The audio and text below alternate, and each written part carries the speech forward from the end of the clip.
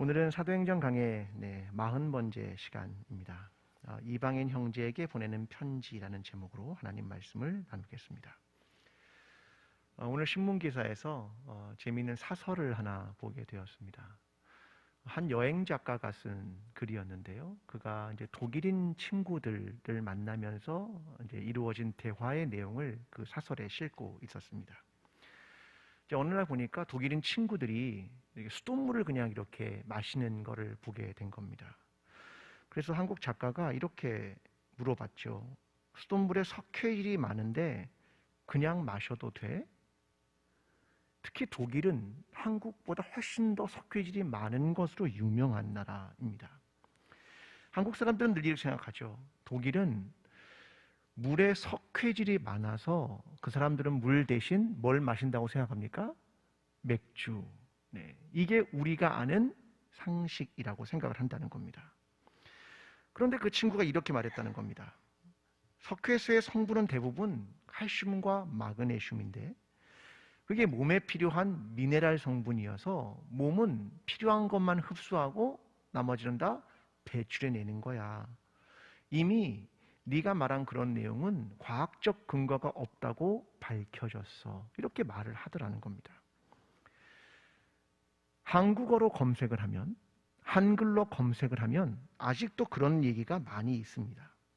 석회수를 많이 마시면 체내에 쌓이게 되고 뼈가 굵어지고 다리가 코끼리처럼 된다. 그게 한글로 검색을 하면 아직도 많이 떠도는 이야기라고 합니다.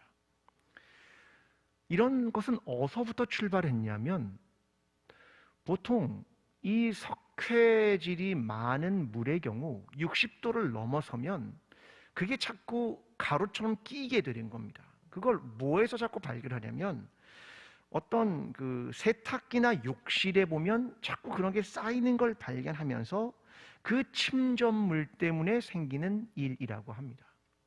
근데 실제로 연구를 해보면 그 독일인 친구의 이야기가 맞다는 거죠.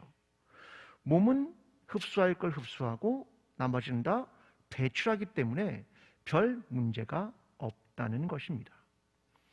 그런데 사람들은 부족한 것을 또 흡수하기 위해서 칼슘과 마그네슘을 영양제로 섭취합니다. 참 아이러니하죠. 여러분, 이런 이야기는 우리에게 무엇을 주기 위한 것일까를 생각해 보면 좋을 것 같습니다. 사람들은 어떤 이야기를 귀동냥으로 듣는 경우가 굉장히 많이 있습니다. 사실의 확인이 없이 듣게 되는 이야기, 진위 여부를 따지지 않고 그냥 들으면 그것이 마치 진리인 것처럼 믿는 이야기, 그런 것이 우리의 삶에 얼마나 많이 있는가, 이걸 보여준다는 것입니다. 여러분, 신앙도 역시 마찬가지 아닙니까? 제가 예전에도 몇 번 얘기했지만 노아가 배를 어디다가 지었습니까? 산 위에. 어디요? 진위 여부를 확인하셨나요? 아니면 우리 어릴 때 아브라함에게 12명의 아들이 있었는데요, 확인해 보셨나요? 아니요. 12명 아닙니다. 산에도 짓지 않았습니다. 그런데 우리는 어떤 이야기를 하나 들으면 그것이 마치 바른 것인 양 생각하는 경우가 너무나 많다는 겁니다. 여러분, 오늘 본문이 중요한 이유가 있습니다. 사도행전 15장은 대단히 중요한 장입니다. 왜냐하면 사람들이 복음의 진리가 무엇인가, 이것을 찾기 위한 과정을 정말로 잘 갔다는 겁니다.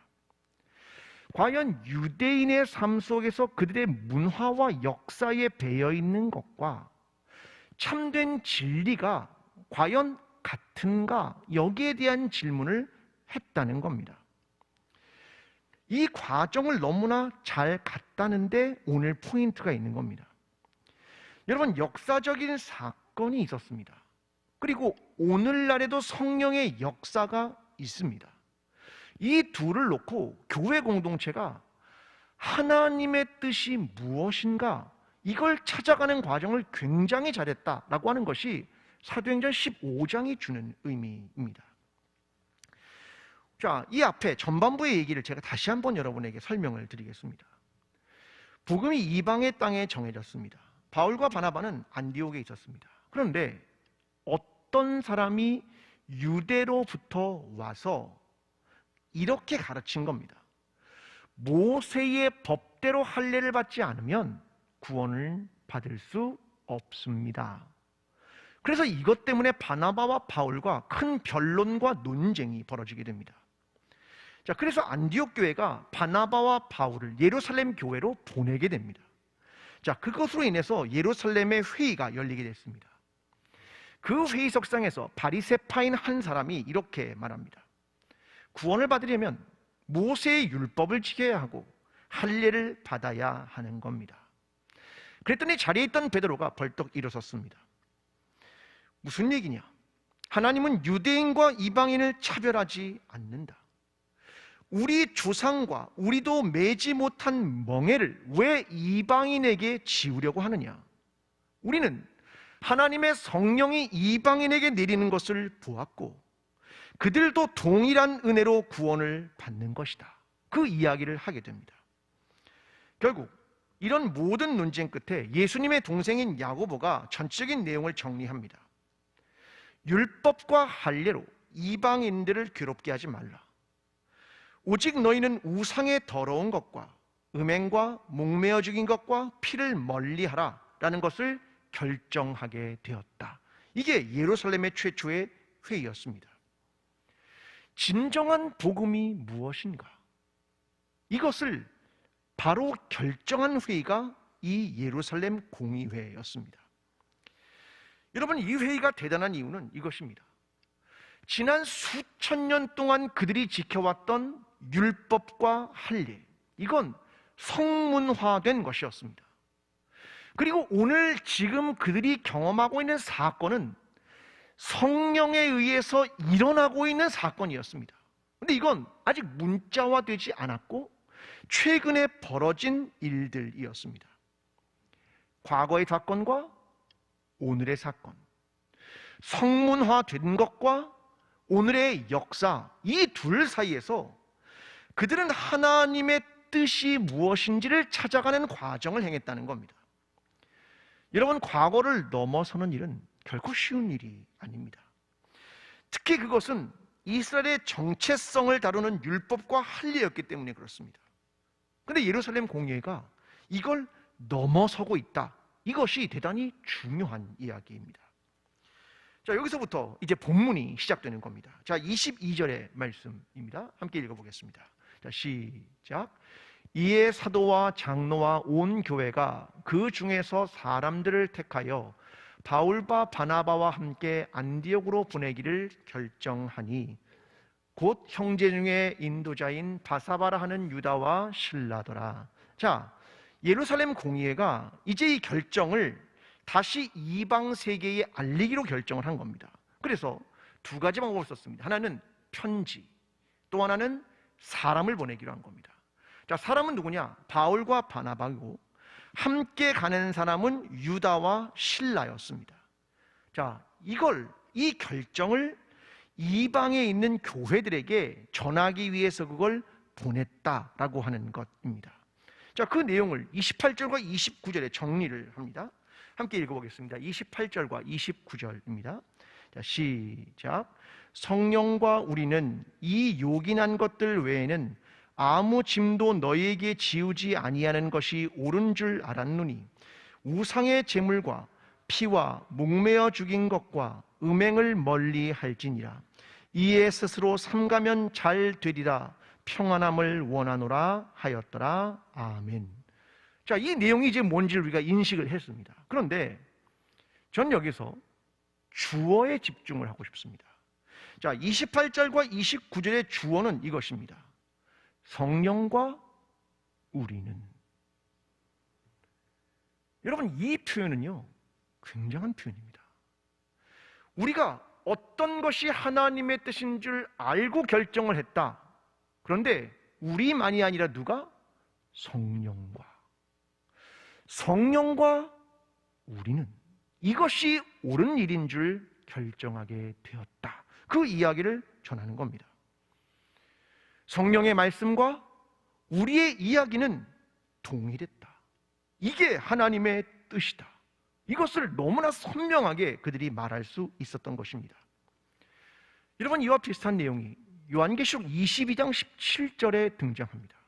성경의 거의 마지막에 등장하는 이 구절에 우리는 주목해 봐야 합니다. 함께 17절의 말씀을 읽어보겠습니다. 시작. 성령과 신부가 말씀하시기를 오라 하시는도다. 듣는 자도 오라 할 것이요 목마른 자도 올 것이요 또 원하는 자가 값없이 생명수를 받으라 하시더라. 아멘. 자, 마지막에 선포되는데 누가 말을 시작하냐면 누가요? 성령과 신부가. 신부가 무엇입니까? 교회입니다. 여러분, 마지막 이야기는 성령과 교회가 말씀하시기를. 기가 막힌 내용입니다. 여러분, 교회의 위치를 정확히 알아야 합니다. 여러분, 교회가, 성령과 교회가, 성령과 우리는, 성령과 신부가 이렇게 말하는 그 표현이 가진 교회. 여러분, 교회는 결국 우리가 도달하는 그 수준은 성령의 말씀과 교회의 말씀이 같은 것입니다. 이게 교회가 가진 굉장한 권위입니다. 여러분, 그런데 오늘날 교회는 어떠한 권위를 가지고 있는 것입니까? 여러분, 교회가 가지고 있는 권위를 보여주는 중요한 일이 하나가 있습니다. 그게 뭐냐면 치리라고 하는 겁니다. 교회는 하나님의 뜻을 함께 하는 것이기 때문에 교회의 권위로 치리를 하게 됩니다. 과거의 한국 교회는 이런 것들을 치리했습니다. 기독교인이 비기독교인과 결혼을 하게 되면 치리를 했습니다. 여러분, 그 정도가 아닙니다. 그리스도인이 되는 과정이 쉽지 않았습니다. 세례를 받는 절차도 쉽지 않았습니다. 교회를 옮기는 이명의 절차도 쉽지 않았습니다. 이게 모두 뭐냐면 이것이 얼마나 엄중한 것인가를 보여주는 그런 내용들을 담고 있었다는 말입니다. 여러분, 그런데 그것은요, 어떤 의미가 있냐면 치리 자체가 목적이 아니라 그리스도인들의 높은 도덕성을 유지시킴으로써 이 도덕적 영향력을 사회에 끼칠 수 있었기 때문에 그런 겁니다. 그러니까 교회는 가지고 있는 권위의 핵심이 뭐냐면 높은 도덕성입니다. 그랬기 때문에 교회는 치리라는 것을 할 수 있었고 성도들의 삶을 변화시키고 훈련시키는 도구로 이것을 사용했던 것입니다. 여러분, 그런데 오늘날의 한국교회는 어떻습니까? 한국교회가 도덕성에 있어서 뛰어난가? 이 질문을 한다면 참 대답하기 어렵습니다. 오늘날의 많은 교회들은 문제가 생기면 사회법정으로 갑니다. 이유는요, 사회법정보다 교회가 못하게 된 겁니다. 사회법정은 상식을 기반으로 합니다. 그런데 교회의 도덕성이 사회의 상식에 미치지 못하게 됐다. 이게 오늘 우리가 맞이하는 현실입니다. 그 반대도 있습니다. 로마 가톨릭 교회입니다. 여러분, 그들은 수장인 교황이 가진 권위를 굉장한 것으로 두었습니다. 그들은 이런 생각을 했죠. 교회의 권위는 성경의 권위 위에 있다, 이렇게 판단했습니다. 지금도 역시 마찬가지죠. 왜냐? 교회가 성경의 정경화 작업을 관여했기 때문입니다. 이게 성경이고 이게 아니다, 이걸 판단하는 게 교회의 역할이었기 때문이다. 그래서 성경보다 교회가 높은 권위에 있다고 생각했습니다. 그래서 그들이 만든 게 이런 겁니다. 교황 무오설. 교황이란 실수가 없다는 겁니다. 오류가 없다는 겁니다. 여러분, 그레고리 7세 때 교황이 황제보다 높은 위치에 있다는 것을 선포하게 됩니다. 그러면서 27개 조의 교황 칙서를 내리게 됩니다. 성직매매 금지, 사제의 결혼 금지, 숙인의 주교 서인권 금지. 그러면서 어떤 걸 발표하냐, 이런 걸 발표합니다. 로마의 교황은 홀로 보편적이다. 오직 그만이 어느 누구에게도 심판받지 않는다. 로마 교회의 결정에는 결코 오류가 없으며 영원토록 오류를 범하지 않을 것이다. 대단하지 않습니까? 이게 로마 가톨릭 교회가 행하고 있는 교황 무오설의 근거입니다. 근데 로마 교황청이 어떤 결정들을 내려갔습니까? 이런 거 했죠. 면죄부. 면죄부를 구입하면 그가 연옥에서 천국으로 올라가는 거야. 이런 걸 발표했습니다. 그 이후에 수없는 성직매매, 근친상간, 이런 내용들이 끝없이 발표가 되었습니다. 여러분, 여기에 반기를 든 가톨릭 학자인 한스 퀸이라는 유명한 학자가 있습니다. 그는 1971년 출간된 무오, 미해결의 탐구라고 한 책에서 로마 교황의 무오설은 인간이 만든 교리일 뿐이다. 그걸 발표한 이후에 교수직을 박탈당합니다. 여러분, 수많은 신학자들이 이야기합니다. 자, 그렇다, 좋다. 로마 교황의 일대는 누굽니까? 베드로죠. 그러면 베드로는 실수가 없었는가? 이 질문을 해야 한다는 겁니다. 자, 갈라디아서 2장의 말씀을 해석할 수가 없다는 거죠. 자, 갈라디아서 2장 11절부터 14절의 말씀을 좀 읽어보겠습니다. 자, 제가 좀 읽겠습니다. 11절부터 14절입니다. 게바가 안디옥에 이르렀을 때에 책망받을 일이 있기로 내가 그를 대면하여 책망하였노라.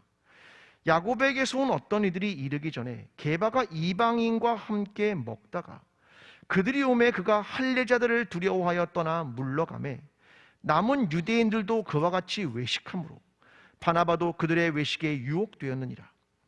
그러므로 나는 그들이 복음의 진리를 따라 바르게 행하지 아니함을 보고 모든 자 앞에서 게바에게 이르되 내가 유대인으로서 이방인을 따르고 유대인답게 살지 아니하면서 어찌하여 억지로 이방인을 유대인답게 살게 하려느냐 하였노라. 아멘. 자, 이게 뭡니까?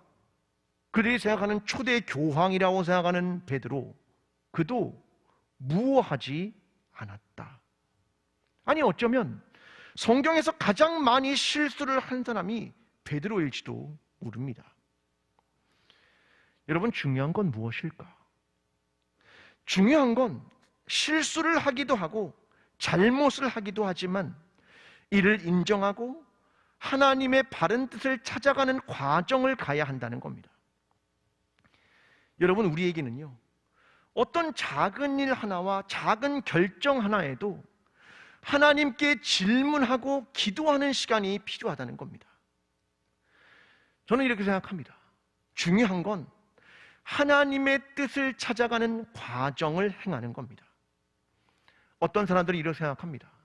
하나님의 뜻은 단 한 가지만 있을 거야. 하나님의 뜻은 어떤 정답일 거야. 그런데 그렇지 않은 경우가 허다합니다. 오히려 그걸 찾아가는 과정 속에서 우리는 하나님을 향하게 되고 우리 자신에게 임한 것이 하나님의 은혜임을 발견하게 되는 것은 아니겠습니까? 오늘 저와 여러분의 삶이, 우리의 공동체의 삶이 하나님께서 원하시는 더 높은 도덕성과 윤리를 지켜나가고 또한 하나님의 뜻이 무엇인가를 바로 찾아가는 일, 이를 통하여 하나님의 은혜가 무엇인지, 하나님을 향하는 우리의 삶이 어떻게 이어져 가는지 그 과정을 바르게 감으로 하나님의 진정한 뜻을 찾아가게 되는 저와 여러분의 삶이 되기를 간절히 기도합니다. 여러분, 예루살렘 교회로부터 온 사람들이 이제 편지로 인해서 안디옥과 이방 교회에 큰 기쁨이 있었습니다. 30절과 31절입니다. 함께 읽어보겠습니다. 자, 시작. 그들이 작별하고 안디옥에 내려가 무리를 모은 후에 편지를 전하니 읽고 그 위로한 말을 기뻐하더라. 아멘. 자, 유다와 실라가 가고 나서 바울과 바나바가 그들을 가르치고 그들 모두가 기뻐했습니다. 이렇게 이야기가 해피엔딩으로 끝나면 얼마나 좋겠습니까? 그런데 반전이 시작됩니다. 자, 36절부터 41절입니다. 자, 함께 읽겠습니다. 자, 시작. 며칠 후에 바울이 바나바더러 말하되 우리가 주의 말씀을 전한 각 성으로 다시 가서 형제들이 어떠한가 방문하자 하고 바나바는 마가라는 요한도 데리고 가고자 하나 바울은 밤빌리아에서 자기들을 떠나 함께 일하러 가지 아니한 자를 데려가는 것이 옳지 않다 하여 서로 심히 다투어 피차 갈라서니 바나바는 마가를 데리고 배 타고 구브로로 가고 바울은 신라를 택한 후에 형제들에게 주의 은혜의 부탁함을 받고 떠나 수리아와 길리기아로 다니며 교회들을 견고하게 하니라. 아멘. 자, 바나바와 바울이 예루살렘 교회로 가서 일을 잘 정리하고 돌아왔습니다. 그런데 문제가 생겼습니다. 바울과 바나바가 갈라선 겁니다. 내용은 이렇습니다. 그동안 선교했던 곳을 다시 방문하자. 그때 바나바가 누구를 데려가자고 하냐면 요한, 마가 요한을 데려가자고 말합니다. 마가는 누구냐면 바나바의 조카입니다. 근데 바울이 반대합니다. 이유는 마가가 이전에 행했던 이력 때문입니다. 사도행전 13장 13절에 이렇게 기록합니다. 바울과 및 동행하는 사람들이 바부에서 배 타고 밤빌리아에 있는 버가에 이르니 요한은 그들에게서 떠나 예루살렘으로 돌아가고, 선교가 어려워지자 어떤 이유였는지 모르지만 그는 선교팀을 이탈하게 되는 겁니다. 그러니까 바울은 말합니다. 그를 데려갈 수 없습니다. 이것 때문에 서로 심하게 다투어 피차 갈라서는 겁니다. 여러분, 이 두 사람은 신앙의 대부 아니겠습니까? 이방 선교의 핵심 되는 인물입니다. 자, 여러분이 보기에 어떻습니까? 누가 옳은 것 같습니까? 자, 손을 좀 들어보겠습니다. 나는 바나바가 옳은 것 같습니다. 자, 기권 없도록 하겠습니다. 나는 바나바가 옳은 것 같습니다. 나는 바울이 옳은 것 같습니다. 네, 난 둘 다 틀린 것 같습니다. 아니, 우리나라 사람들이 이렇게 손을 안 드는지 모르겠습니다. 네. 자, 과연 누굴까? 여러분, 바나바와 바울이 나올 때 사도행전에 이 두 사람의 이름이 엎치락뒤치락합니다. 자, 좀 볼까요? 누구의 이름이 먼저 나오는가? 사도행전 13장 7절입니다. 자, 그가 총독 서기오 바울과 함께 있으니 서기오 바울은 지혜 있는 사람이라 바나바와 바울을 불러. 누가 먼저 나옵니까? 바나바. 그러면 14장으로 넘어갑니다. 다음 장 함께 읽습니다. 시작. 두 사도 바나바와 바울이 듣고 옷을 찢고 무리 가운데 뛰어들어가서 소리 질러. 누가 먼저 나옵니까? 바나바. 그런데 그 다음 장에 15장으로 넘어가면 엎치락 뒤치락을 시작합니다. 15장 2절 시작. 바울 및 바나바와 그들 사이에 적지 아니한 다툼과 변론이 일어난지라 형제들이 이 문제. 자, 누가 먼저 나왔습니까? 바울. 그러면 15장 12절은 또 이렇게 말합니다. 온 무리가 가만히 있어 바나바와 바울이 또다시 바뀝니다. 아, 이거 봐라, 또 바뀌네. 15장 22절 누가 먼저 나옵니까? 바울. 또다시 뒤집어집니다.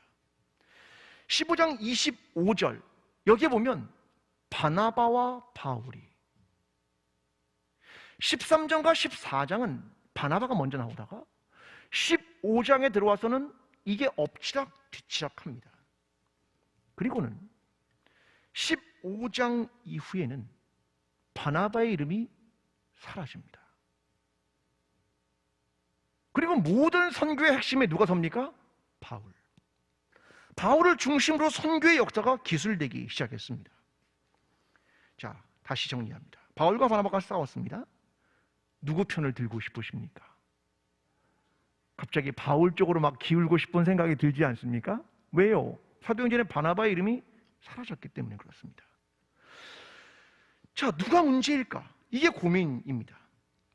아니, 믿을 수 없는 사람 마가 요한을 데리고 가지 않은 바나바, 혹시 바나바는 자기 조카여서 가족사에 얽힌 거 아닌가? 바울은 아니, 사람이 한번 실수도 할 수 있지, 그걸 용납할 수 없는 것, 그건 잘못 아닌가? 이런 질문을 하게 되는 겁니다.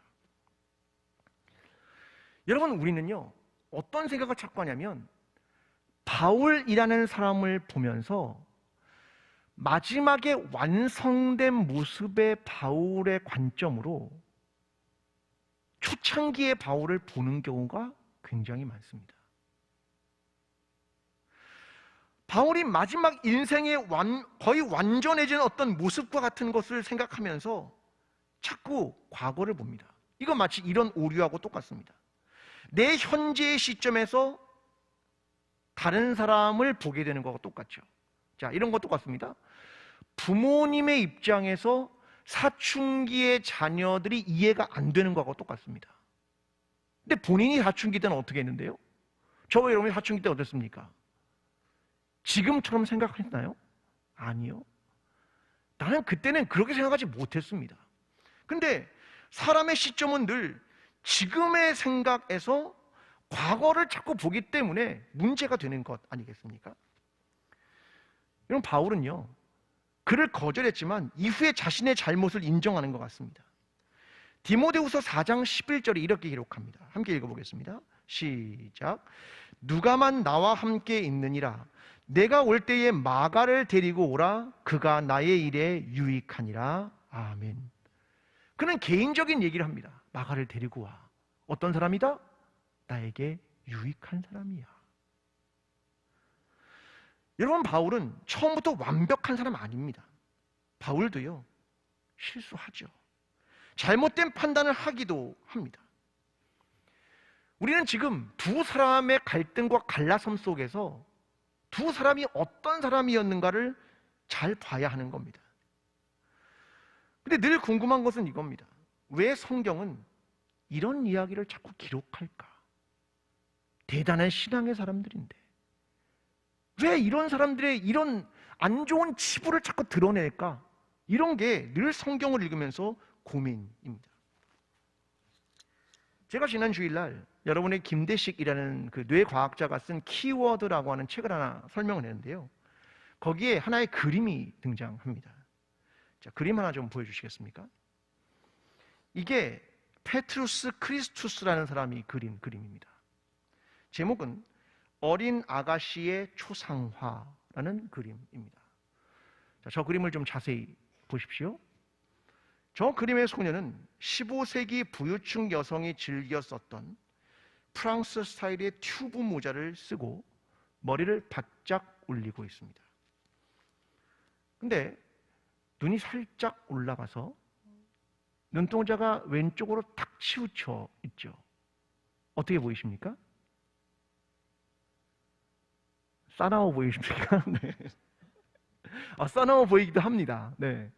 근데 이 저자가 저 그림에 대해서 얘기하는 건, 이게 지금 그림이 멀리 있으니까 그런데 이게 가까이 오면 어떻게 보냐면 나를 쳐다보는 것처럼 보인다.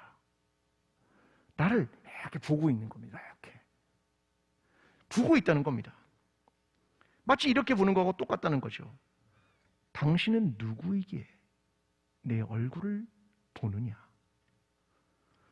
이름도 성도 모르는 당신은 왜 우스꽝스러운 옷을 입고 있느냐?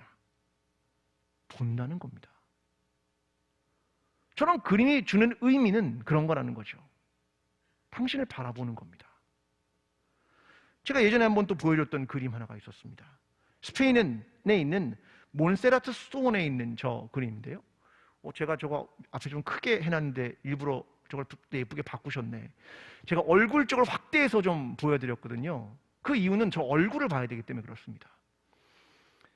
저게 양각으로 돼 있는 조각인데요, 얼굴만 음각입니다. 그래서 진짜 앞에 가보면 내가 이렇게 움직이면 나를 따라오는 것 같고 또 이렇게 움직이면 나를 따라오는 것 같이 보입니다. 여러분, 점점 저게 카탈리나 지방의 수호 성인인데요, 조르디의 조각상입니다. 그런데 점점 나를 시선이 보고 있는 것처럼 보인다는 겁니다. 여러분, 왜 성경은 바울과 바나바 같은 위대한 사도들의 실수를 기록하는 걸까? 너무나 인간적인 면을 기록하는 걸까? 대단한 사람들인데 우리와 다르지 않다라는 것을 보여주기 위한 것일까? 그렇죠. 나와 다르지 않다. 대단한 사람들도 결국은 다르지 않다. 그래서 아브라함의 실수를, 야곱의 실수를, 수많은 사람들의 실수와 잘못을 그대로 노출합니다. 여러분, 신앙은 저 하늘에 있는 별과 달과 해, 그런 것처럼 이상향에 대해서 늘 말하지 않는다고 생각합니다. 신앙이란 대단히 현실의 이야기를 다루고 있다고 생각합니다. 여러분, 신앙은 현실 속에서 이루어지는 것입니다. 그리고 저 하늘에 있는 하나님의 이야기가 내 삶으로 뚫고 들어오는 것, 그것이 신앙이 아닙니까? 여러분, 인간이 발견한 중요한 것 하나가 있답니다. 그게 뭐냐면 현실이라는 겁니다. 현실. 여러분, 사람은 이 현실을 발견하기 시작한 겁니다. 그것의 핵심이 뭐냐면 죽음이다. 여러분, 인간은 자기의 현실을 들여다보기 시작한 겁니다. 그래서 신석기의 사람들은요, 집을 지을 때 그 집의 아래다가 죽은 사람들을 묻었습니다. 누구였느냐? 내 부모님. 함께 나와 살았는데 갑자기 부모님이 돌아가셨습니다. 흔들어 깨워도 움직이지 않습니다. 이게 뭘로 받아들였냐면 현실로 받아들였답니다. 현실. 그래서 그것을 집 아래다 묻은 겁니다. 그래서 인류의 첫 번째 집은 뭐냐면 죽은 자들의 무덤을 지키는 산자들의 공간이다, 이렇게 말합니다. 여러분, 사람의 삶은 현실을 바탕 위에 살아간다, 그걸 의미하는 겁니다. 여러분, 신앙이란 저 위에 뜬구름 잡는 이야기를 하고 있는 것 같지 않습니다. 너도 그런 현실을 살았고, 너도 그런 실수를 했고, 너도 그런 다툼을 하지 않았느냐, 그렇게 말하는 겁니다. 우리는 때로 그들의 삶을 보면서 위로를 얻기도 합니다. 아, 바울과 바나바도, 베드로도 그렇게 다르지 않았구나. 여러분, 그런데 그것을 하나 더 넘어가야 합니다. 그건 뭐냐면 거기에 그치지 않고 그들은 이후에 변화를 시작했다는 겁니다. 그들은 성숙과 변화로 한 걸음씩 나아가고 있었다라고 하는 것을 성경이 우리에게 보여주고 있는 겁니다. 바울도 그러한 삶을 사는데 오랜 시간이 걸렸습니다. 여러분, 저와 여러분의 삶이 어느 날 갑자기 대단히 거룩해지거나 어느 날 갑자기 대단히 뛰어나지거나 엄청나게 신앙이 좋아지는 것 같지는 않습니다. 오늘 우리의 삶도 딱 한 걸음씩만 나아가면 좋겠습니다. 하나님께서 오늘 우리를 바라볼 때 우리가 오늘의 현실이 우리에게 대단하지 않을지라도 오늘 우리의 삶이 하나님 안에서 거하며 한 걸음씩만 나아지는 삶을 살았으면 좋겠습니다.